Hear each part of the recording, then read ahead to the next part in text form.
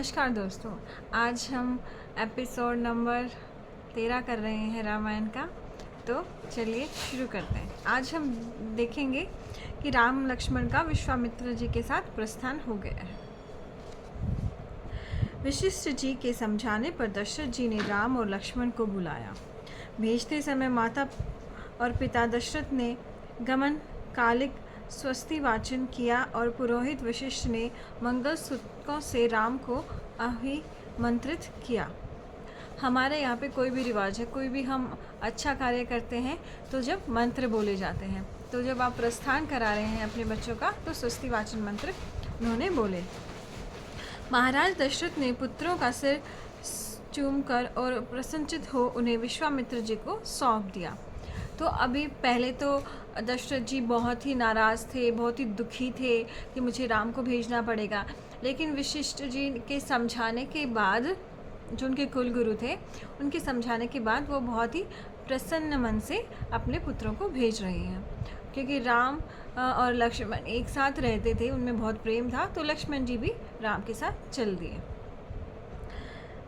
सबसे आगे विश्वामित्र जी थे, उनके पीछे यशस्वी रामचंद्र और उनके पीछे धनुर हाथ में ले काक पक्षीधारी लक्ष्मण जी चले जाते थे। अयोध्या से 1.5 योजन 7.5 मील दूर सरयू के दक्षिण तट पर पहुंच विश्वामित्र श्री राम से मधुर वाणी में बोले। सरयू नदी का नाम है।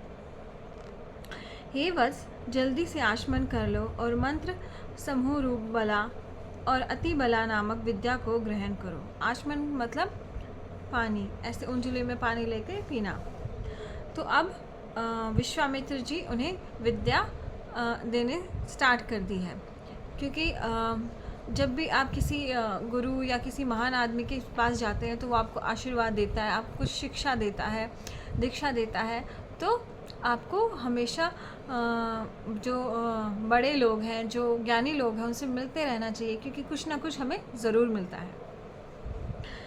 इनके प्रभाव से न तो तुम्हें थकावट होगी, न कभी ज्वर आएगा, न रूप में विकार आएगा। सुप्त अवस्था में अथवा असावधान अवस्था में भी राक्षस आपको दबा न सकेंगे। मतलब ऐसी विद्या सिखा रहे हैं जिससे उनको कभी थकावट नहीं होगी, बुखार नहीं होगा और कभी भी रूप में विकार नहीं आएगा, और राक्षस उनका कुछ नहीं बिगाड़ पाएंगे इस विद्या के सीखने के बाद। क्या नाम था उसका? बला तथा अति बला नामक शिक्षा। हे राम, इस विद्या को ग्रहण करने पर संपूर्ण पृथ्वी पर कोई भी तुम्हारे बाहुबल की समानता न कर पाएगा। पृथ्वी पर ही क्या, त्रिलोक में भी तुम्हारे समान कोई नहीं होगा। अब त्रिलोक विजयी बना दिया है विश्वामित्र जी ने राम जी को, क्योंकि वो बहुत तेजस्वी थे, उनके पास वो विद्या थी, तभी वो उनको दे रहे हैं। इस विद्या को प्राप्त कर लेने पर हे निष्पाप, सौभाग्य, चतुरता, ज्ञान, बुद्धि से कार्य के निश्चय करने और प्रत्युत्तर देने में इस संसार में कोई भी तुम्हारी तुलना नहीं कर सकेगा। तो ये सब सारे गुण आ जाएंगे। सौभाग्य हो जाएगा, निष्पाप हो जाएगा, चतुरता आ जाएगी, ज्ञान आ जाएगा, बुद्धि आ जाएगी। तो ये सब उसमें इंक्लूड है।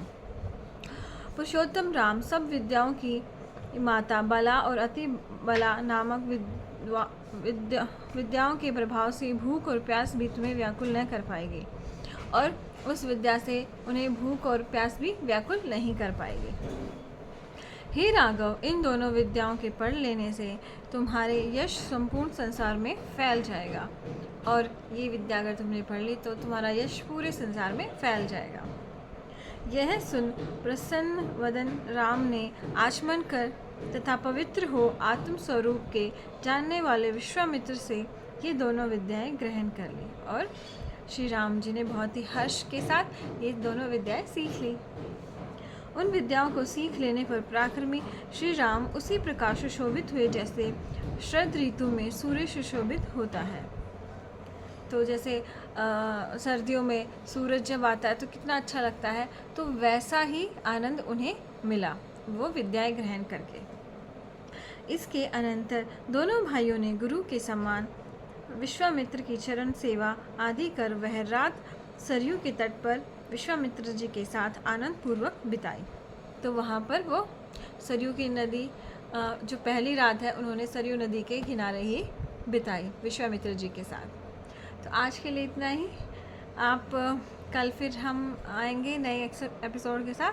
वहाँ पे हम शिव आश्रम में विश्राम की आगे कथा सुनेंगे। तो आज के लिए इतना ही। बहुत बहुत धन्यवाद।